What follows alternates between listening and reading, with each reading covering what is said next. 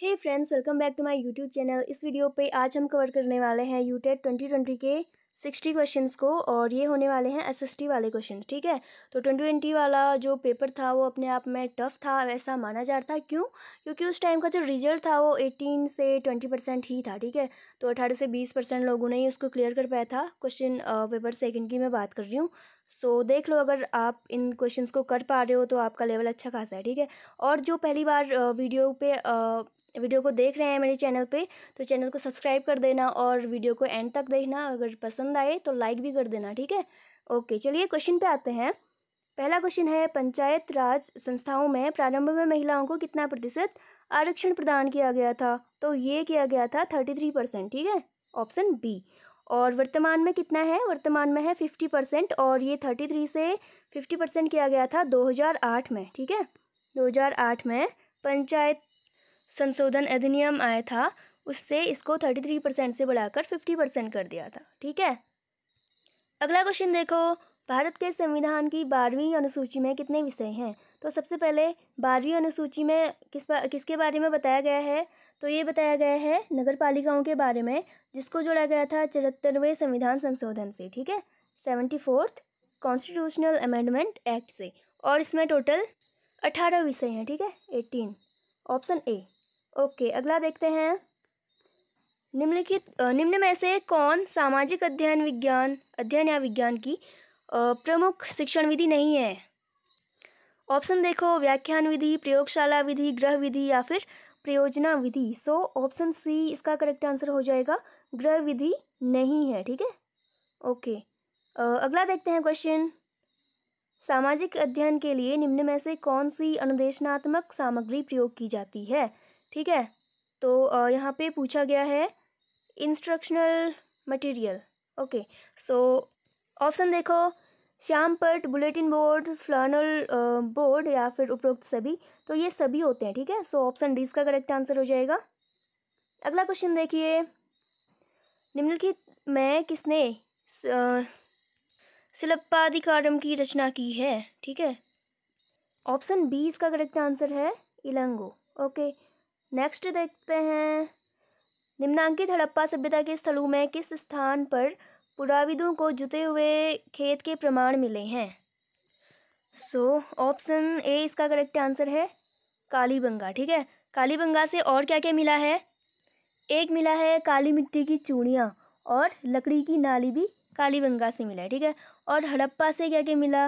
हड़प्पा से एक मिला था R37 कब्रिस्तान। ठीक है, 3 कक्षों वाला वो कब्रिस्तान था, और एक मिला मातृ देवी की प्रतिमा। ठीक है, मूर्ति। और अगला ऑप्शन देखो, मोहनजोदड़ो, यहाँ से सबसे ज़्यादा चीज़ें मिली थी। ठीक है, और क्या क्या मिला था? कांसे की नर्तकी की एक मूर्ति मिली थी, सूती कपड़े के साक्ष्य भी यहीं से मिले, एंड आर्यों के आक्रमण का साक्ष्य भी यहीं से मिला था। ठीक है, और एक विशाल स्नानागार, और मिले थे पशुपति शिव की प्रतिमा भी यहीं से मिली। ठीक है, और बनावली से क्या मिला? बनावली से मिला था जौ की खेती के साक्ष्य। ठीक है, सो ये कुछ इम्पोर्टेंट साइट्स से हड़प्पा से रिलेटेड। ठीक है, इनको आप पढ़ लेना। एक मिला था घोड़े का कंकाल, वो मिला था सुरकोटदा से, और एक मिला था घोड़े की मूर्ति मिली थी, वो मिली थी लोथल से। ठीक है, दोनों में कंफ्यूज मत होना। सो इस बार क्या पता कुछ और पूछते हैं आपसे इसी से संबंधित। अगला क्वेश्चन देखते हैं, अगला है, निम्नांकित धातुओं में कौन सी महास्म संस्कृति से संबंधित की गई है? सो मेगालिथिक कल्चर से संबंधित पूछा गया है, तो ये था ऑप्शन डी, लोहा। ठीक है, और अभी जो हमने हड़प्पा सभ्यता वाला पढ़ा था उससे संबंधित कौन सी धातु थी? वो थी कांस्य। ठीक है, कांस्य काल भी उसको बोलते हैं इसीलिए। तो अगला क्वेश्चन देखते हैं, निम्नांकित में कौन सी भाषा अभिलेखों में प्रयुक्त प्राचीनतम भाषा मानी जाती है? तो ये मानी जाती है प्राकृत भाषा, ऑप्शन सी। अगला क्वेश्चन देखो, निम्नांकित में किसने भारत में सर्वप्रथम सोने के सिक्के जारी किए थे? तो ये किए थे कुषाणों ने। ठीक है, ऑप्शन डी इसका करेक्ट आंसर है, सर्वप्रथम पूछा गया है। ठीक है, सो कुषाण में सबसे जो प्रतापी शासक था वो था कनिष्क। ठीक है, जिसने चौथी बौद्ध संगीति भी कराई थी कश्मीर में। ओके, अगला क्वेश्चन देखते हैं, अगला क्वेश्चन है, निम्नलिखित में वह कौन शासक था जिसने द्वितीय सदी ईस्वी में सुदर्शन झील का पुनर्निर्माण करवाया था? ठीक है, तो सुदर्शन झील मौर्यों ने बनाया था और इसका पुनर्निर्माण कराया था रुद्रदमन ने, ऑप्शन बी। और ये एक शक शासक था, ठीक है, ऑप्शन बी इसका करेक्ट आंसर है। और एक और शासक था जिसने इसका मतलब पहले इसने कराया था, इसके बाद एक और ने इसका पुनर्निर्माण कराया था या फिर सुधार किया था उसमें, वो था गुप्त वंश का स्कंदगुप्त। ठीक है, आगे बढ़ते हैं। अगला है, निम्नांकित में किस जातक कथा में बुद्ध को उनके पूर्व जन्म में चांडाल के रूप में पहचाना गया है? तो ये है ऑप्शन ए, मातंग जातक। ठीक है, आगे देखो, निम्नांकित में किन नदियों के मध्य रायचूर दोआब स्थित है? ऑप्शन सी इसका करेक्ट है आंसर है कृष्णा और तुंगभद्रा। ठीक है, अगला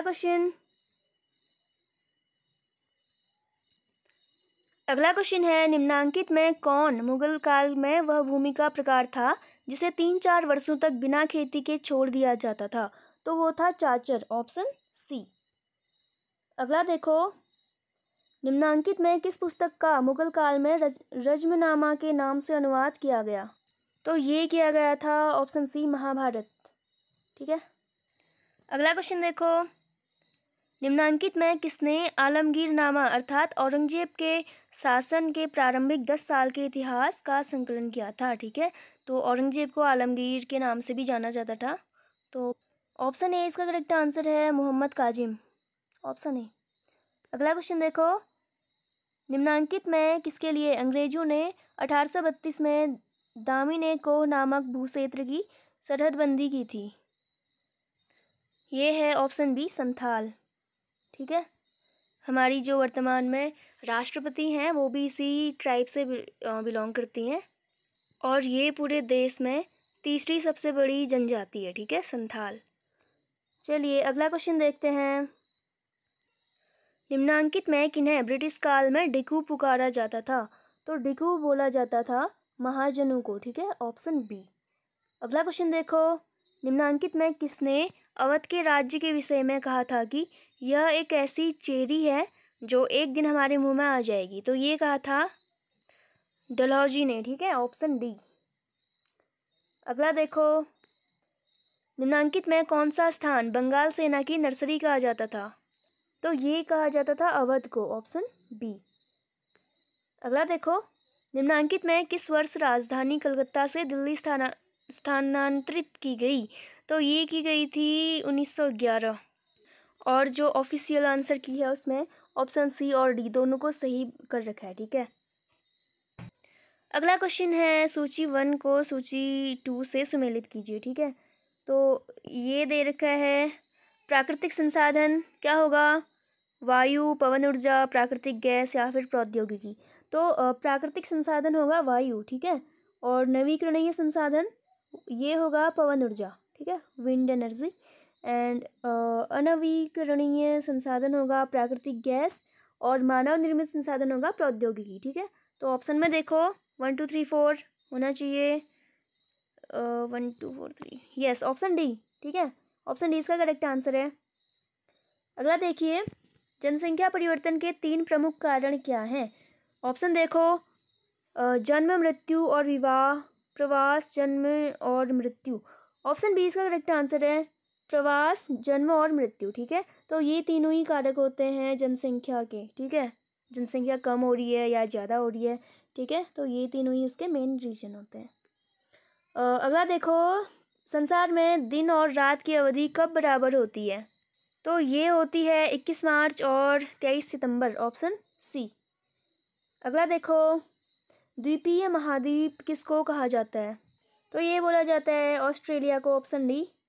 ठीक है, अगर आपने वर्ल्ड मैप देखा है तो आपको पता होगा कि इसको ऐसा क्यों कहा जाता है। ठीक है, द्वीपीय महाद्वीप। अगला देखो, विश्व की सबसे पुरानी वलित पर्वत श्रृंखला है? तो ये है ऑप्शन सी, अरावली। देखिए, ये सारे जो भी आंसर हैं ये ऑफिशियल आंसर की से मिला रखे हैं, और अगर आपको फिर भी कोई कन्फ्यूजन होता है तो आप कमेंट सेक्शन पे बता सकते हैं। मैं अगले वीडियो पे उसको पक्का से सर्च करके क्लियर कर दूँगी। ठीक है, और अभी हर एक टॉपिक को इतना एक्सप्लेन करना पॉसिबल नहीं हो पाएगा, क्योंकि 60 क्वेश्चंस हैं और बाद में इन्हीं से रिलेटेड जिनसे क्वेश्चन बन रहे हैं उनके लिए डिटेल में अलग टॉपिक वाइज वीडियो आ जाएंगी, ठीक है। सो अगला क्वेश्चन देखते हैं। अगला है, भारत के साथ कितने देशों की सीमाएं जुड़ी हैं? तो ये हैं 7, ऑप्शन बी। और ये तो आपको पता ही होगा, अगर नहीं है तो बस भारत का नक्शा याद रखो दिमाग में। कौन कौन सी होंगी? पाकिस्तान, अफ़गानिस्तान, चीन, नेपाल, भूटान, बांग्लादेश और म्यांमार। अफ़गानिस्तान का हो सकता है किसी को ना पता हो, बट थोड़ी सी बॉर्डर लाइन उससे भी शेयर होती है, ठीक है, जम्मू कश्मीर में। और सबसे बड़ी बाउंड्री किसके साथ बनती है? वो बनती है बांग्लादेश के साथ, ठीक है। चलिए अगला क्वेश्चन देखते हैं। निम्नलिखित में से कौन सा कथन सत्य है? ठीक है, देखिए कथन देखिए, रेगिस्तान केवल गर्म होते हैं। केवल गर्म तो नहीं होते। केवल ठंडे होते हैं? नहीं, गर्म और ठंडे दोनों प्रकार के होते हैं, ठीक है। लद्दाख एक प्रकार का रेगिस्तान है? नहीं। सहारा एक प्रकार का रेगिस्तान है? यस। तो कितने हो गए? ये भी रॉन्ग, ये भी रॉन्ग, सारे ही रॉन्ग है। ऑप्शन 4 सही है बस, ठीक है। तो देखिए किसमें है, ऑप्शन सी इसका करेक्ट आंसर हो जाएगा। ओनली 4th वाला करेक्ट है। ओके वेट, इसका करेक्ट आंसर ऑप्शन बी होगा, ठीक है। 3 और 4, लद्दाख एक प्रकार का रेगिस्तान है, मतलब लद्दाख का कुछ पार्ट जो है वो कोल्ड डेजर्ट में आएगा, ठीक है। ठीक है, चलिए आगे देखते हैं। अगला क्वेश्चन है, अमेजन नदी के बारे में कौन सा कथन सत्य नहीं है पूछा है, ठीक है, नहीं पूछा है। क्वेश्चंस को अच्छे से पढ़ लेना। ऑप्शन देखो, यह कर्क और मकर रेखा के बीच स्थित है, ये तो सही है।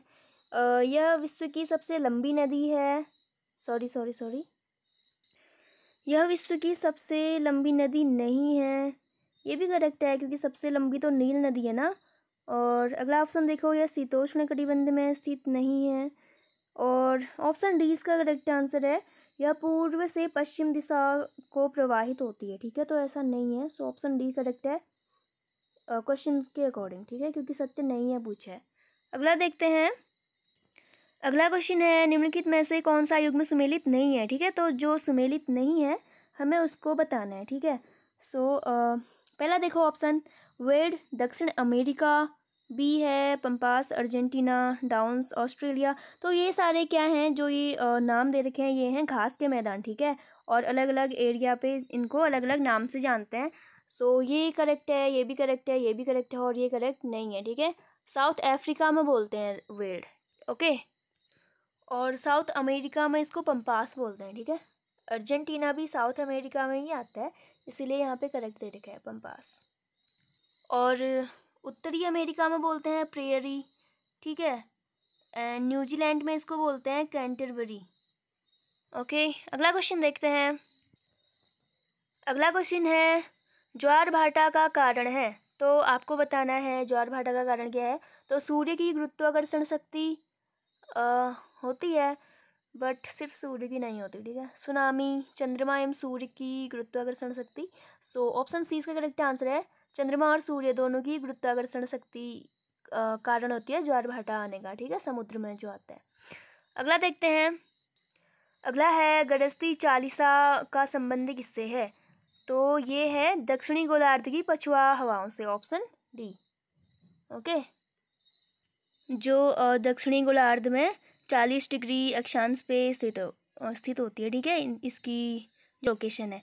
और इसी रीजन में एक को बोलते हैं भयंकर 50, ठीक है, तो ये 50 डिग्री अक्षांश पर होती है। और एक होता है चीकता 60, ठीक है, तो ये 60 डिग्री लैटिट्यूड या फिर अक्षांश पे होते हैं, ठीक है, तो इनको ऐसे उपनाम दे रखे हैं। अगला क्वेश्चन देखो, जापान का मैनचेस्टर किसे कहा जाता है? तो ये कहा जाता है ऑप्शन ए ओसाका, ओके। अगला देखते हैं, अभिकथन और तर्क। तो ये क्वेश्चन है, कथन दे रखा है और तर्क दे रखा है, हमें बताना है कि दोनों एक दूसरे से कैसे रिलेटेड हैं और करेक्ट है या नहीं है, ठीक है। अभिकथन देखते हैं, ऊंचाई के साथ तापमान में कमी आती है, हाँ ये तो करेक्ट है। और तर्क दे रखा है इसका, ऊंचाई के साथ वायुमंडल के घनत्व में भिन्नता आती है, ठीक है, हाँ ये भी करेक्ट है। सो ऑप्शन ए देखो, ए और आर दोनों सही है और आर जो है ए का सही व्याख्या है, ठीक है। तो ऑप्शन ए इसका करेक्ट आंसर हो जाएगा। अगला देखते हैं। अगला क्वेश्चन है, कौन सा विकल्प जनसंख्या घनत्व के सही आरोही क्रम को दर्शाता है? ऑप्शन सी इसका करेक्ट आंसर है, दक्षिण पूर्वी एशिया, पूर्वी एशिया, दक्षिण मध्य एशिया, ठीक है, ऑप्शन सी। अगला देखो, इनमें से कौन प्रमुख याम्योत्तर है? ठीक है, प्राइम मेरिडियन के बारे में इसमें पूछा गया है, ठीक है। तो ये होता है 0 डिग्री देशांतर, ठीक है, 0 डिग्री लॉन्गिट्यूड। तो इनसे रिलेटेड क्वेश्चन भी बन जाते हैं, अक्षांश रेखाएं, देशांतर रेखाएं, ठीक है। और एक होता है इंटरनेशनल डेट लाइन और टाइम लाइन, ये सारी चीज़ें तो आप लोगों को पता होगी, और जिसको नहीं पता है तो उससे संबंधित सारे जितने भी इम्पोर्टेंट क्वेश्चन पूछे जाते हैं उस पर मैं एक वीडियो बनाऊंगी बाद में, ठीक है। चलिए अगला क्वेश्चन देखिए, निम्नलिखित में से कौन थीमेटिक मानचित्र है? ठीक है, तो थीमेटिक मानचित्र इनमें से कौन है, ये पूछा गया है। सो ऑप्शन देखिए, ऑप्शन ए है नदियों को दर्शाने वाला मानचित्र, या फिर वर्षा वितरण मानचित्र, गाँव को दर्शाने वाले मानचित्र, या फिर राजधानियों को दर्शाने वाले मानचित्र। तो ये होगा वर्षा वितरण मानचित्र, ठीक है, ऑप्शन बी थीमेटिक मानचित्र। बाकी नदियों को दर्शाने वाले मानचित्र आपके प्राकृतिक मानचित्र होंगे, गाँवों को और राजधानियों को दर्शाने वाले राजनीतिक मानचित्र होंगे, ठीक है। तो किसी मानचित्र में वर्षा वितरण को दर्शाने के लिए आप थीम्स का यूज करोगे, कहाँ पे ज़्यादा वर्षा होती है, कहाँ पे कम होती है, ठीक है, तो इसको दर्शाने के लिए, तो इसीलिए इसको थीमेटिक मानचित्र बोलते हैं। अगला क्वेश्चन देखो, इनमें से कौन सा व्याख्यान विधि का गुण नहीं है? ठीक है, तो यहाँ पे लेक्चर मेथड के बारे में पूछा है। सो भाषण संबंधी योग्यता का विकास होता है, अध्यापक के लिए सुविधाजनक भी होता है, श्रवण कौशल का विकास ये भी होता है, ठीक है। ऑप्शन डी इसका करेक्ट आंसर है, बाल केंद्रित विधि, ठीक है। ओके अगला देखते हैं। अगला है, सामाजिक विज्ञान शिक्षण की किस विधि में छात्र विशिष्ट से सामान्य की ओर अग्रसर होते हैं? विशिष्ट से सामान्य की ओर, तो आपने शिक्षण सूत्र या फिर मैक्सिम्स ऑफ टीचिंग आपने पढ़े होंगे, तो उसमें ये सब दिया हुआ रहता है, ठीक है। तो ये संबंधित है आगमन विधि से, ठीक है, ऑप्शन ए। अगला क्वेश्चन देखो, हर्बर्ट उपागम किससे संबंधित है? तो ये है पाठ योजना या फिर लेसन प्लान जिसको बोलते हैं, ऑप्शन सी। अगला देखो, सामाजिक अध्ययन शिक्षण में छात्र व्यावहारिक ज्ञान प्राप्त करता है, तो एसएसटी के शिक्षण में छात्र जो है प्रैक्टिकल नॉलेज कैसे प्राप्त करता है, ये पूछा है। ऑप्शन ए क्षेत्रीय भ्रमण द्वारा, सामाजिक अध्ययन, प्रयोगशाला द्वारा, व्याख्यान विधि द्वारा, या फिर प्रश्नोत्तर द्वारा। तो व्याख्यान विधि या फिर प्रश्नोत्तर से कोई प्रैक्टिकल नॉलेज गेन कर सकता है क्या? नहीं करेगा। और सामाजिक अध्ययन प्रयोगशाला जैसा कुछ होता नहीं है। सो क्षेत्रीय भ्रमण द्वारा वो इसको प्राप्त करेगा, ठीक है, व्यावहारिक ज्ञान को। अगला देखो, सामाजिक विज्ञान किससे संबंधित है? ठीक है, ऑप्शन देखो, माल का निर्माण, आजीविका के साधन, आपूर्ति और खपत, या फिर डी उपरोक्त सभी। तो ऑप्शन डी इसका करेक्ट आंसर है। अगला देखो, निम्नलिखित में कौन सामाजिक अध्ययन पढ़ाने का उद्देश्य नहीं है? ठीक है, तो अच्छी नागरिकता, चरित्र निर्माण, अच्छी तरह से स्कोरिंग, या फिर अवकाश का उचित उपयोग। तो अच्छी तरह से स्कोरिंग वेल इसका नहीं होगा, ठीक है। सो ऑप्शन सी इसका करेक्ट आंसर है। बाकी ये सारे सामाजिक अध्ययन पढ़ाने के उद्देश्य होते हैं, और क्वेश्चन में हमें नहीं पूछा है, इसीलिए ऑप्शन सी इसका करेक्ट आंसर हो जाएगा। अगला देखो, पर्यावरण शिक्षा को स्कूलों में पढ़ाया जाना चाहिए क्योंकि, ठीक है, तो क्यों पढ़ाया जाना चाहिए? यह पर्यावरण प्रदूषण को बढ़ाएगा, ऐसा होता है क्या? नहीं, ठीक है, इजी क्वेश्चन है वैसे। यह जीवन का महत्वपूर्ण हिस्सा है, यस। या शिक्षकों को नौकरी प्रदान करेगा, ऐसा कुछ नहीं है। हम पर्यावरण से बच नहीं सकते, ऐसा भी कुछ नहीं, ठीक है, ऑप्शन बी इसका करेक्ट आंसर है। अगला देखो, प्रारंभिक स्तर पर इतिहास शिक्षण का सबसे महत्वपूर्ण और प्रभावी तरीका है। तो प्राइमरी लेवल पे पूछा है, ठीक है, प्रारंभिक स्तर पर। तो ये होता है कहानी कथन पद्धति। तो अगर आप इतिहास पढ़ा रहे हो प्रारंभिक स्तर पर तो सबसे बेस्ट मेथड है कि आप उसको स्टोरी की तरह पढ़ाओ, ठीक है। इससे बच्चा इंटरेस्ट लेगा और आगे को और भी जानने की कोशिश करेगा, ठीक है। अगला देखो 135। इसमें पूछा है सामाजिक अध्ययन के अंतर्गत भूगोल शिक्षण से संबंधित विविध प्रकार की मिट्टियों के नमूने रखे जाते हैं। तो कहाँ रखे जाएंगे मिट्टियों के नमूने अगर भूगोल शिक्षण से संबंधित है तो? भूगोल कक्ष में, भूगोल संग्रहालय में, भूगोल प्रयोगशाला में या फिर पुस्तकालय में। पुस्तकालय में तो बिल्कुल भी नहीं होगा, कक्ष में भी नहीं होगा। आप इन दोनों में कंफ्यूज हो सकते थे, संग्रहालय या फिर प्रयोगशाला। तो ये होगा अगर नमूने हैं तो ऑप्शन बी, भूगोल के संग्रहालय में, ठीक है। चलिए अगला देखते हैं क्वेश्चन। भौगोलिक यात्राएं हैं तो ये क्या हैं? प्रायोगिक सामग्री हैं, दृश्य सामग्री हैं या फिर क्रियात्मक सामग्री हैं। 136 क्वेश्चन। तो इसका करेक्ट आंसर है ऑप्शन सी, क्रियात्मक सामग्री। ओके, अगला देखते हैं। संविधान सभा द्वारा किस तिथि को संविधान अपनाया गया? क्वेश्चन देखो अगला, संविधान सभा द्वारा किस तिथि को संविधान अपनाया गया, ठीक है। तो ये अपनाया गया था नवंबर 26, 1949, ठीक है। 26 नवंबर 1949 को संविधान बन के तैयार भी हो गया था और उसी दिन अपना भी लिया था, लेकिन लागू हुआ था 26 जनवरी 1950 से। और ऐसा क्यों? क्योंकि 26 जनवरी को एक विशेष दिन के रूप में माना जाता था। और ऐसा क्यों? क्योंकि 1930 से ही 26 जनवरी को पूर्ण स्वराज दिवस के रूप में मनाया जाता था, ठीक है। तो इसी को ध्यान में रखते हुए 26 जनवरी 1950 को इसको लागू किया गया था पूरे देश में, ठीक है।